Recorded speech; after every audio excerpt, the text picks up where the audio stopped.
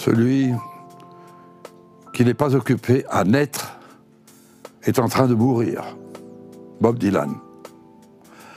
Je ne sais pas qui c'est qui a trouvé cette belle phrase de Bob Dylan.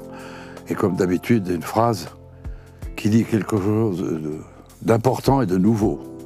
Celui qui n'est pas occupé à naître est en train de mourir. Moi, je suis occupé et préoccupé à naître. Parce que je n'ai pas du tout l'intention de m'arrêter de vivre. Mais naître n'est pas facile quand on a déjà un certain âge. Il faut tout remettre en question, c'est ce que je fais en ce moment. Et avec ma jeune compagne, Muriel, qui est en train de m'aider à accoucher. Voilà, celui qui n'est pas occupé à naître. Sachez que je vais faire tout ce que je peux maintenant pour vous faire découvrir ce qu'il me reste à vous dire. Il y a beaucoup de choses que j'ai à vous dire. Voilà, je suis content d'être ici. Merci de m'avoir invité.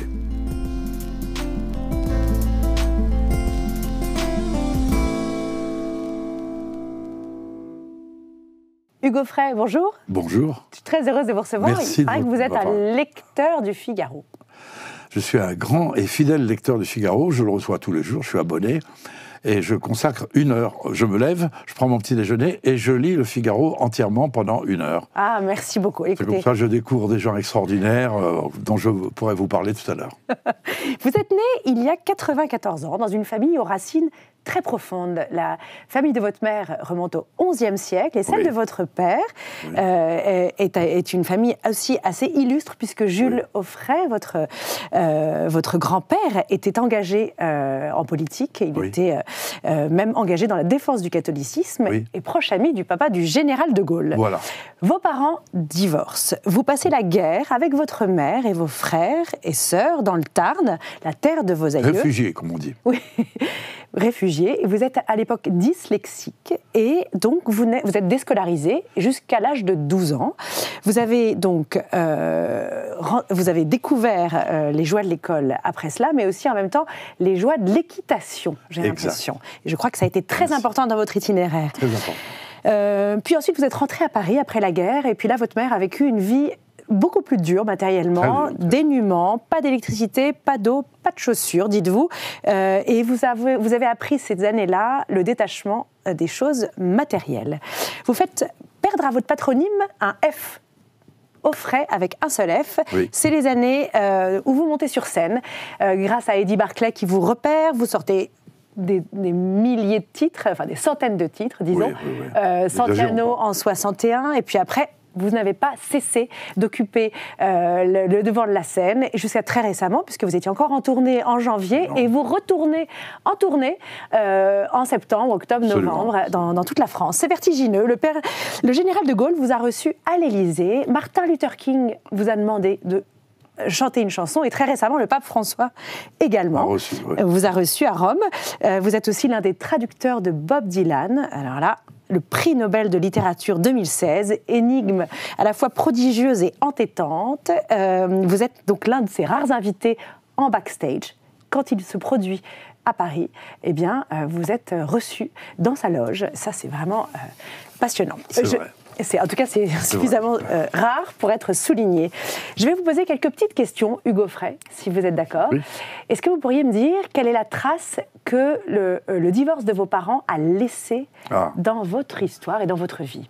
Assez curieusement, j'ai été très choqué quand j'ai appris que mon père avait divorcé de ma maman, parce que, en fait, mon père...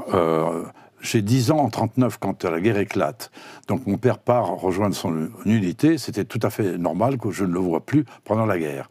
Pendant donc les 5 années de guerre, il sera absent de la famille. Et il était déjà absent de la famille avant parce que son métier, il était directeur d'une société, je crois, anglaise ou argentine, les deux mélangés. Il avait une grosse responsabilité, c'était le directeur de cette société pour toute l'Europe.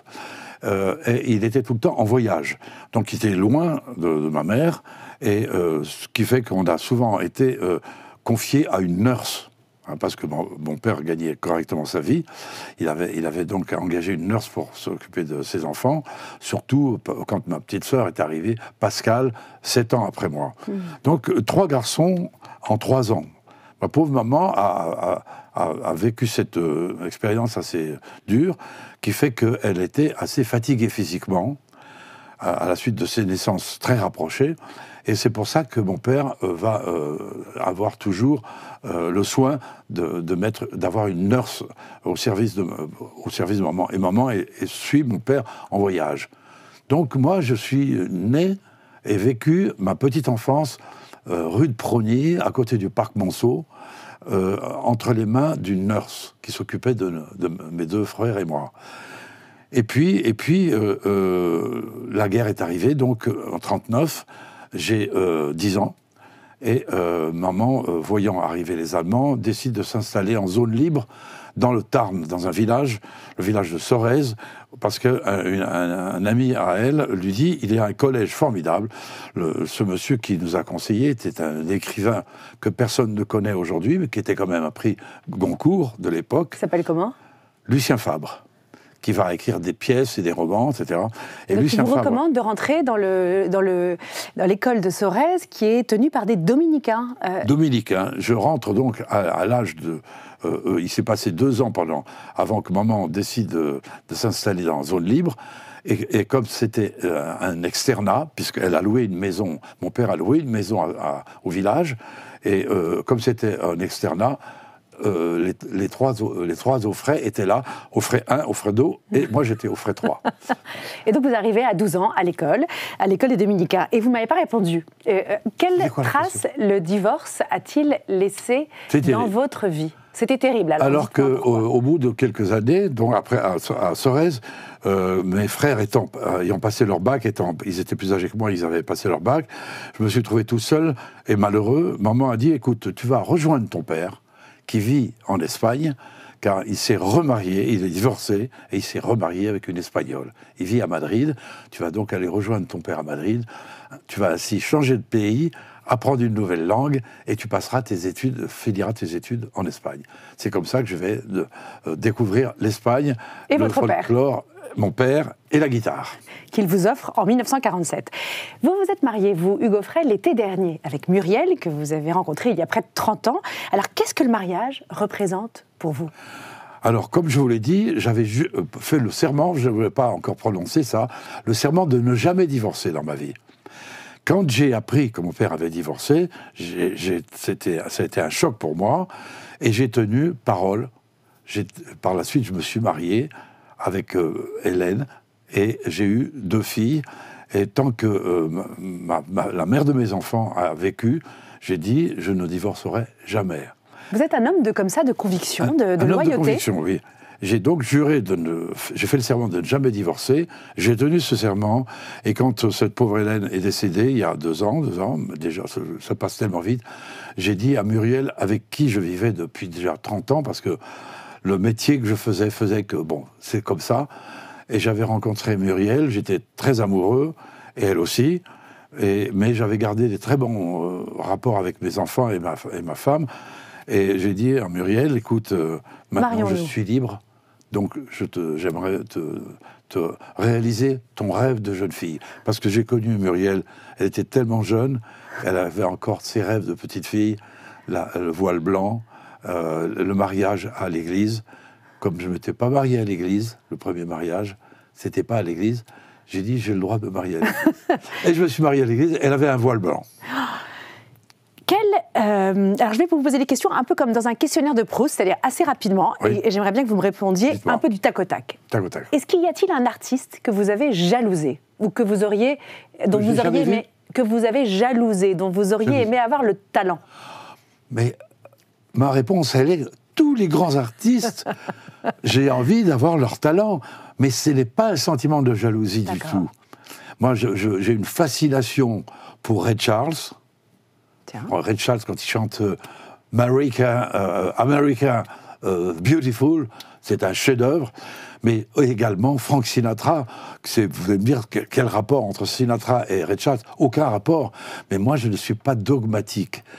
j'aime les gens, j'aime le folklore, mais j'aime aussi Gabriel Fauré, j'aime Wagner, j'aime Jean-Sébastien Bach, j'aime le folklore américain, j'aime la chanson française, la country, la musique country, mais je n'ai jamais jalousé d'artistes. Aucun artiste. Mais l'envie d'avoir du talent comme eux, oui, mais c'est pas suffisant, l'envie. Quel est le défaut que vous avez qui vous a le plus handicapé. Handicapé, merci. Oui. Hugo Frey. Oh, l'orgueil, sûrement. L'orgueil. Est-ce que c'est un défaut? Je ne supporte pas l'idée d'être ridicule. Oui. Voilà. Alors j'ai remarqué que pour être comédien, il faut être capable d'accepter d'être ridicule en mettant un chapeau qui ne vous va pas. Par exemple. Moi, les chapeaux, ça ne me va pas. Alors je dis non, je ne serai jamais comédien. Ça, c'est de l'orgueil. Est-ce que c'est un défaut dont vous vous débarrassez peu à peu, ou il a plutôt gonflé avec les années qui passent? Non, je n'en suis pas débarrassé. Je continue à, par exemple, dire cette émission de télévision, ils ne m'ont pas invité. Je suis très content qu'ils ne m'aient pas invité parce que l'émission est tellement moche. Je ne sais pas comment j'aurais fait si j'avais accepté. Ah, c'est bien. J'espère que vous ne vous direz pas ça à la fin de la nôtre. Qu'est-ce qui s'est précisé chez vous avec l'âge? Qu'est-ce qui s'est précisé? Est-ce qu'il y a des points qui se sont vraiment... La volonté d'être ce que je suis. C'est-à-dire, par exemple, même maintenant, tout à l'heure, quand un technicien a voulu me mettre son appareil d'enregistrement dans une poche, j'ai dit non, pas dans cette poche, dans celle-là. Autrefois, j'aurais pas osé. Oui. Maintenant, j'ose. Ça, c'est une très belle évolution. Est-ce que vous avez l'angoisse qu'on vous oublie, Hugo Frey? Non, pas qu'on m'oublie, moi, personnellement. J'ai un petit peu comme du chagrin à l'idée que, par exemple, mes petits-enfants, qui ne me connaissent pas, ou qui ne me connaîtront pas, on leur dira peut-être, tu sais, ton grand-père, c'est un célèbre chanteur.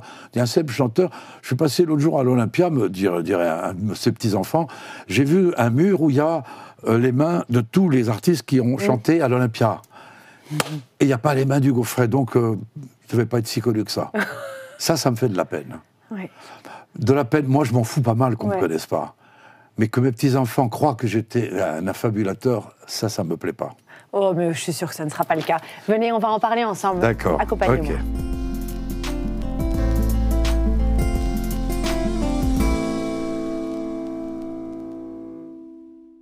Hugo Frey, en préparant notre interview, je me suis fait la remarque que nous étions parfois enfantés par les personnes disparues qui ont jalonné notre vie. Parmi elles, chez vous, il semble que votre frère, Francisco, est compté de façon très puissante, notamment dans le fait que vous ayez décidé de vous mettre à chanter alors que vous vouliez être vous-même sculpteur ou peintre. Oui. Et est-ce que vous pouvez nous parler de lui et nous dire dans quelle mesure il a déterminé ou caractérisé votre vie? Baptisé Francesco par ma mère, parce que maman adorait Saint François d'Assise. Maman était une chrétienne moderne. Pas tellement pratiquante, mais elle avait ses saints, et Saint François d'Assise était pour elle l'idéal chrétien. Donc elle a baptisé son second fils Francesco, le nom italien. Le diminutif c'est Franco, mais à cause de l'Espagne, moi je l'appelais Caco. Caco était beaucoup plus grand que moi, de 15 cm de plus, largement, avec un visage magnifique, des qualités d'élégance corporelle extraordinaires, et une voix naturelle d'opéra, dont on se demandait d'où elle sortait, parce que ma grand-mère, bonne maman, avait certes une très belle voix de femme, mais c'est pas pareil qu'un homme. Et voilà, lui qui devient naturellement un chanteur. Tout le monde le dit, tu vas devenir un grand chanteur d'opéra. Je l'admirais beaucoup. Moi, j'aimais beaucoup chanter, mais j'aimais chanter à l'école de Sorèze avec les dominicains en groupe, à l'église. En chorale, oui. En chorale.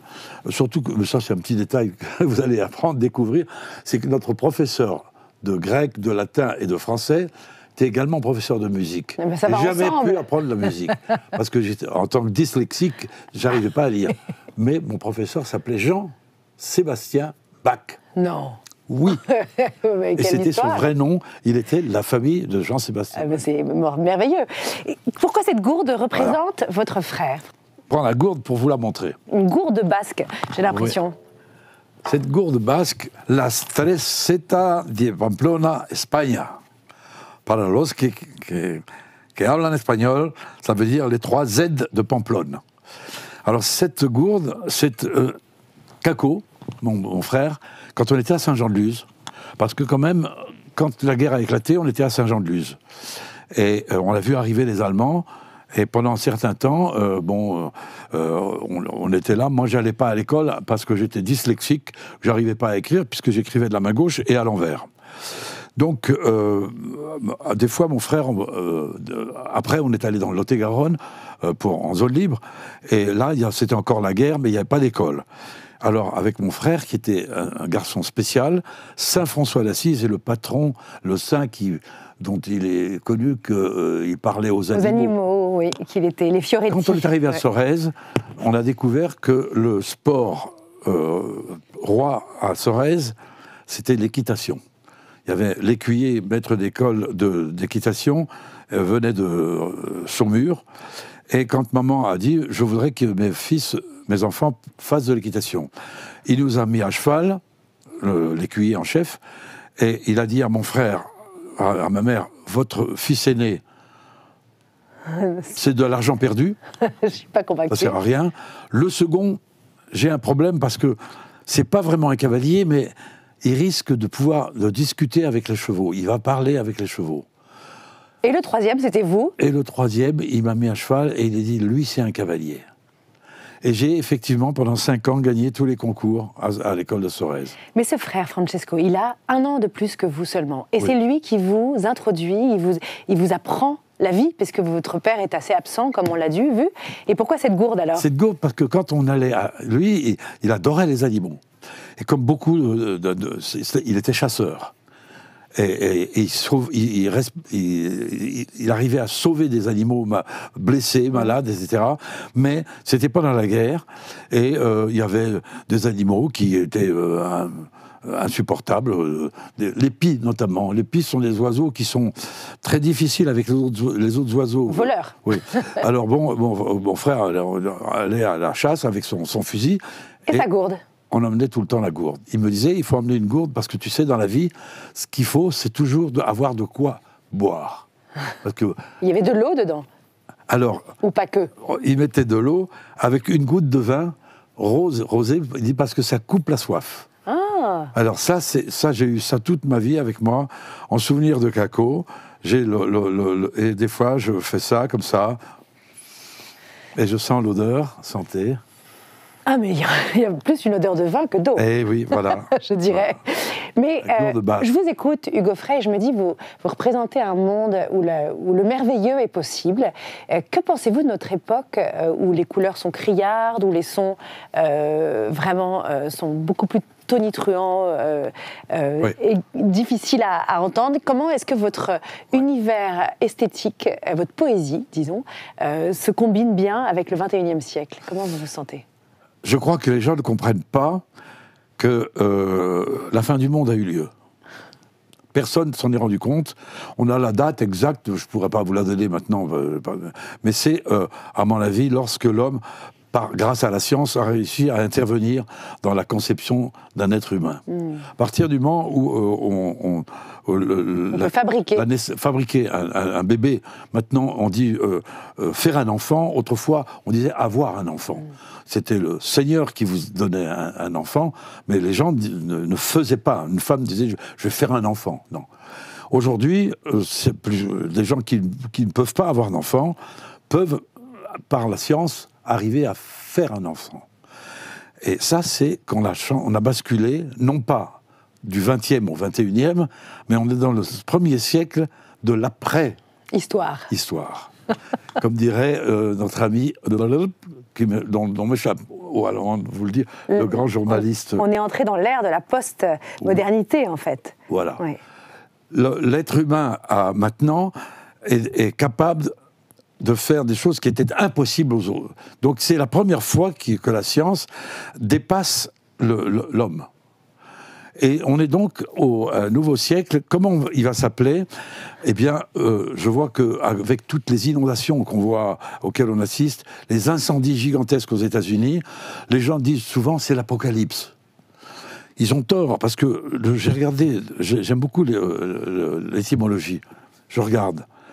Qu'est-ce que ça veut dire, apocalypse? Je regarde. C'est un mot grec. Apocalypsos. Apocalypsos, ça veut dire lever du voile. Révélation. Révélation. Oui. Incroyable. Et ça, c'est capital. La révélation, c'est que maintenant, deux êtres humains qui s'aiment, qui ont envie d'avoir des enfants, mais qui ne peuvent pas, parce qu'ils sont du même sexe, ils peuvent intervenir par la science, avoir un sexe. Donc ça, c'est une révélation de quoi très importante, qu'on n'est plus dans l'humanisme traditionnel. Naturel. On est dans un nouvel humanisme. Oui. Alors, il faut dire que c'est peut-être, quand on dit révélation, c'est peut-être que c'est la fin du monde, on se rapproche de plus en plus de la fin du monde, ou au contraire, on est en train de naître, comme dirait Bob Dylan, parce qu'on ne veut pas mourir. C'est-à-dire que la science va bientôt revenir à ce qu'elle devrait être depuis toujours, au service de l'homme, et non pas en train de détruire l'humanité. Or, actuellement, elle détruit l'humanité. Mais je vous suis. Est-ce que vous aimeriez être éternel, vous, Hugo Frey? Vous aimeriez ne jamais mourir? Non, moi j'aime l'humanité, et j'aime l'humanité qui est en train de disparaître. Et moi, je n'ai pas du tout envie, je ne veux de mal à personne, mais moi, je n'envie pas du tout, comme je vous l'ai dit, je n'ai pas jalousé les gens qui avaient beaucoup de talent, j'aurais aimé avoir le même talent qu'eux, mais si aujourd'hui, je ne peux pas avoir d'enfant, je ne vais pas... Si, je pourrais adopter un enfant. Tiens, laissez-moi d'ouvrir une parenthèse pour dire que quand j'étais petit, j'aimais beaucoup, ma grand-mère parlait souvent des apprentis d'Auteuil. Qui est une association qui existe toujours. Les enfants orphelins. Oui. Eh bien, pourquoi les apprentis d'Auteuil réussissent dans la vie? C'est parce que les apprentis d'Auteuil, c'est une grande famille. Alors que ces pauvres malheureux qui sont adoptés par une personne ou un couple, souvent séparés d'un frère ou d'une sœur, ils n'ont pas retrouvé une famille. Ils ont trouvé... Ça dépend du foyer dans lequel ils arrivent. Mais très souvent, c'est assez chaotique. Oui. Il y a beaucoup d'échecs. Mais les apprentis d'Auteuil, c'est un mouvement, une association que je soutiens. Mais tout ce que vous dites sur la science, les progrès qui n'en sont pas, qui peuvent détruire l'humanité, est-ce que vous en avez parlé au pape François, qui vous a reçu il n'y a pas très longtemps, en début d'année, et à qui vous avez chanté ce ravissant le pape lui chant, le petit âne gris? Oui, le petit âne gris. Alors, avant d'entrer de voir le pape, j'ai attendu pendant 1h30 avec 4-5 personnes qui étaient autour de moi, qui étaient des évêques. Et en rentrant, on m'a dit « Soyez bref ». Soyez bref. Le pape est très fatigué parce que le pauvre, oui, il reçoit beaucoup de gens. Alors, une chanson, c'est 3 minutes et demie. Le petit âne gris, c'est 3 minutes et demie. Or, le petit âne gris, il s'est passé quelque chose de très important pour moi cette année. C'est qu'un prêtre, bon, je ne vais pas vous raconter l'histoire, ce prêtre me fait la réflexion suivante. J'aime beaucoup mes enfants chantent vos chansons, ils aiment beaucoup vos chansons, mais vous les faites pleurer. Pourquoi vous les faites pleurer? Ah bon? Je les fais pleurer?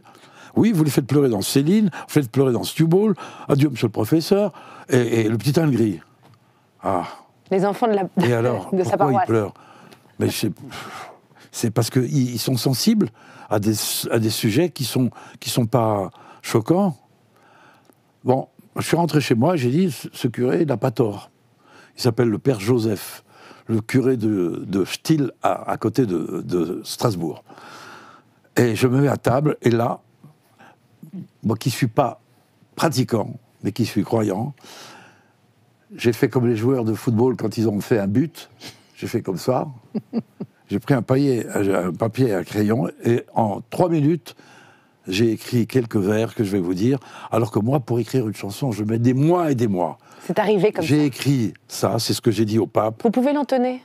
Enfants inconsolables, de grâce, ne pleurez plus. Dans cette modeste étable, votre âne est revenu.